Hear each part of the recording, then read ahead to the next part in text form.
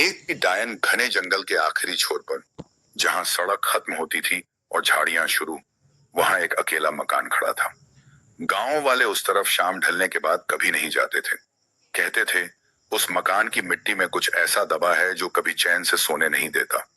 उस रात हवा अजीब तरह से रुकी हुई थी। न पत्ते हिल रहे थे, न कोई जानवर बोल रहा था, जैसे पूरा जंगल सांस रोककर कुछ होने का इंतजार कर रहा हो। और फिर उस सन्नाटे को चीरते हुए पसानीन बेहद धीरे चरचराने लगा। अंदर से एक 8 साल का बच्चा निकला। नंगे पैर, आंखें आधी बंद, चाल ऐसी मानो कोई डोर उसे खींच रही हो। वो जंगल के अंदर अंधेरे की गहराई की तरफ बढ़ता चला गया। सूखे पत्ते उसके पैरों तले चरमराते रहे, टहनियां टूटती रहीं, मगर बच्चे के चेहरे पर न डर था न होश। कुछ दूर जाकर वो रुक गया। सामने के अंधेरे में उसने कुछ देखा, कुछ ऐसा जिसे देखकर उसकी आत्मा तक। मकान का दरवाजा खुद बरसों बाद एक गाड़ी उसी सुनसान रास्ते से गुजर रही थी। रितेश ड्राइव कर रहा था, फोन पर किसी पुराने दोस्त से बात करते हुए मुस्कुरा रहा था। पीछे की सीट पर उसकी बेटी मिताली अपनी पालतू बिल्ली के साथ खेल रही थी। और बगल में बैठी रागिनी खिड़की से बाहर का सूनापन देख रही थी। किसका फोन था? रागिनी ने पूछा। कॉलेज का एक दोस्त, इसी गांव में रहता है, रितेश ने कहा। बहुत सालों बाद मिलेंगे। गाड़ी उसी पुराने भुला दिए गए मकान के सामने आकर रुकी। सब उतरे, घर को देखकर खुश हुए, मगर बिल्ली गाड़ी की खिड़की से बाहर नहीं निकली।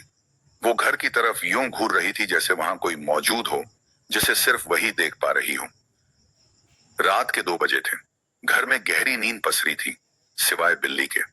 वो लगातार दरवाजे के पास जाकर म्याऊं करती, फिर डर कर पीछे हट जाती। मिताली की आंख खुल गई। वो उठी, बिल्ली के पास गई और तभी दरवाजे के बाहर किसी के चलने की आहट सुनाई दी। मिताली की आंखों के सामने ही दरवाजे का लॉक खुद ब खुद घूमा और दरवाजा धीरे धीरे अंदर की ओर खुलने लगा। बाहर घना अंधेरा था और उसी अंधेरे में से एक सफेद साया धीरे धीरे उभरा। एक औरत की परछाई जो हाथ बढ़ाकर मिताली को अपने पास बुला रही थी। बिल्ली ने अपने दांतों से मिताली की फ्रॉक पकड़ ली और पूरी ताकत से उसे पीछे खींचने लगी। ठीक उसी पल रागिनी की आंख खुली और दरवाजा जोर से बंद हो गया। अगली सुबह रागिनी गुस्से में थी। इस मनहूस बिल्ली को आज ही घर से निकालो। वो बोली।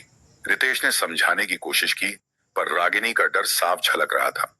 वो जानती थी कि रात कुछ अजीब हुआ था। अरे दी, हाँ मैं तो कहा कि नहीं था, पर बता नहीं पा रही थी क्या। दोपहर को मिताली आंगन में झूले पर खेल रही थी। झूला हवा के साथ धीरे धीरे खुद ही हिल रहा था। तभी उसे चक्कर आया और वो बेहोश होकर गिर पड़ी।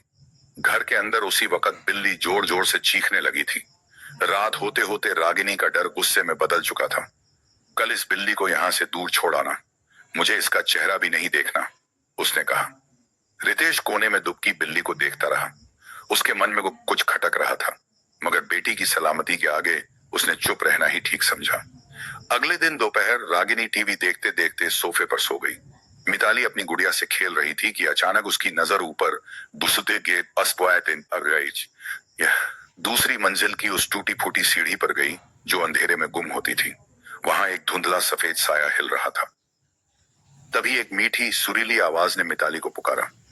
मिताली, वो मुस्कुराई और सीढ़ियों की तरफ खींचती चली गई।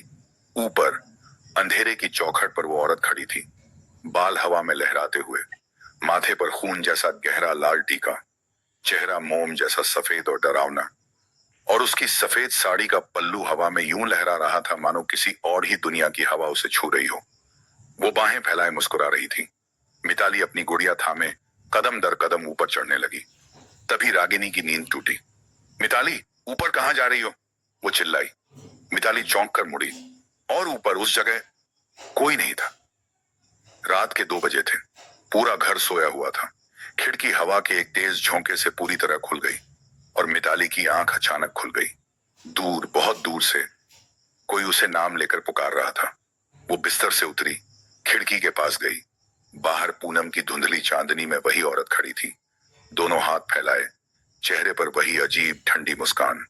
मिताली ने पीछे मुड़कर देखा। उसके कमरे का दरवाजा आधा खुला था और उसी अंधेरे में ठीक दहलीज पर वही औरत खड़ी थी।